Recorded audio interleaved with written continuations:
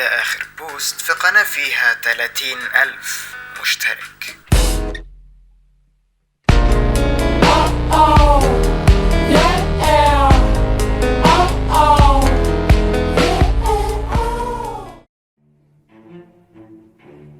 واحد 21/8/2018 حيث بدأ لحظة 2018 من 6 سنين. عموما ده مش موضوعنا هو التاريخ ده دلوقتي، التاريخ اللي اتولد فيه واحدة من أحسن شخصياتي، ولا مش قصدي كده، ولكني أقصد الشخصية اللي كانت في قناتي، اللي بالمناسبة أنا شايفها كرنج دلوقتي جدا. أيوة أي حاجة يعدي عليها أسبوع تقول عنها كرنج، على الرغم إنك كان عندك 12 سنة بس لما بدأت قناتك. متشكر جدا لمشاركة الشخصية القديمة، أسحب كلامي، ما كانتش كرنج على قد ما كانت بريئة إلى حد ما.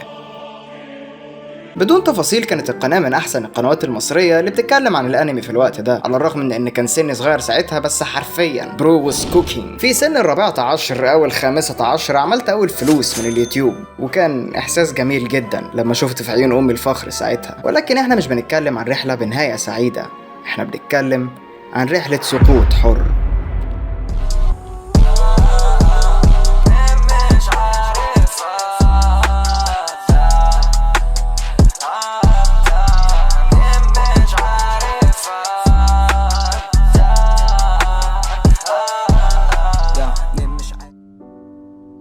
أنشط فترة في قناتي كانت من سنة 2020 إلى سنة 2021. من بعدها بقت كل حاجة بتكلم عنها محروقة، بالذات إن كنت حاصر نفسي في محتوى الأنمي فقط، فكان عندي دايما أزمة في الأفكار، وكنت بقعد بالأسابيع ما نزلش فيديو واحد حتى. ولكن كنت لازلت مستمر وبنزل فيديوهات حتى ولو قليلة. وفي سنة 2022 اتعرفت على واحد حاليا من أقرب الناس ليا، كيلر سان، يوتيوبر بيعمل ملخصات أنمي. ولما جت الموجة بتاعت ملخصات الأنمي في الوطن العربي، هو كان من أبرز الأسماء اللي بتلخص أنمي، وحتى الآن هو لازال أيقونة في مجال تلخيص الأنمي ده. المهم إننا بقينا أصحاب جدا من أول ما اتقابلنا في الحقيقة في سنة 2022، وهو ساعتها رمى كلام بس مش أكتر بيقترح فيه ندخل مجال ملخصات الأنمي. وأنا فكرت شوية في الموضوع وقلت طيب، بما إنه حاجة برضه ليها علاقة بالأنمي، فبدل ما أنا مش عارف أطلع 4 أفكار في الشهر على بعضهم للفيديوهات، ليه لأ؟ وفعلا بدأت أعمل ملخصات بأسلوب مميز، والقناة بدأ يجيلها مشتركين كتير، يعني حوالي 10,000 من 30,000 كانوا بس من ملخصات الأنمي اللي كنت بعملها. ولكن بعد فترة حسيت إني محبوس في دايرة، وإن اللي بعمله ده مفيهوش حاجة مميزة أو إبداعية، أو بكل بساطة مش شبهي.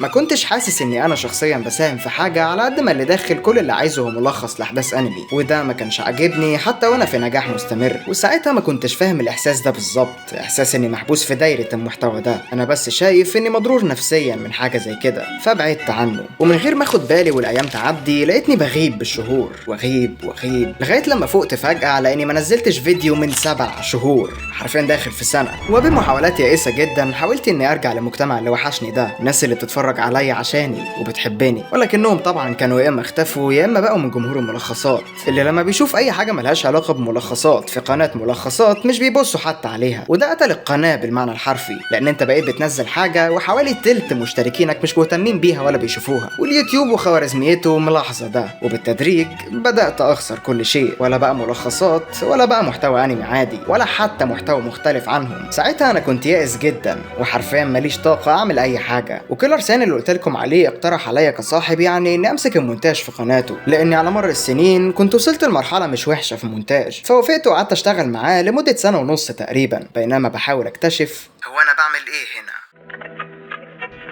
في الداخل الفريم، برا بالسكن في دماغي ماكس بين، دخلت قتل ما كانش شايف حد لحد ما اتعمى. انت بس مش قادر تفرق مين انا انت، بس تيجي الساعه 6 تبقى مش حملك، افكارك عساكر بتتقلب كلها ضدك. كنا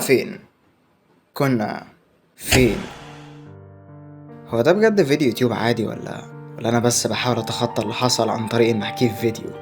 كل ما بفكر في الموضوع انا نجحت نجاح اكبر من سني وقتها، ولكن لما خسرت كل حاجة وفشلت كنت اصغر من ان استوعب ده.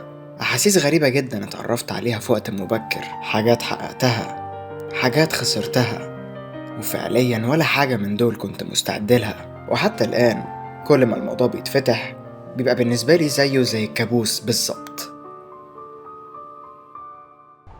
ضحكت عليكم، ده كان مقلب وانتوا صدقتوا اني مريض نفسي. او لا.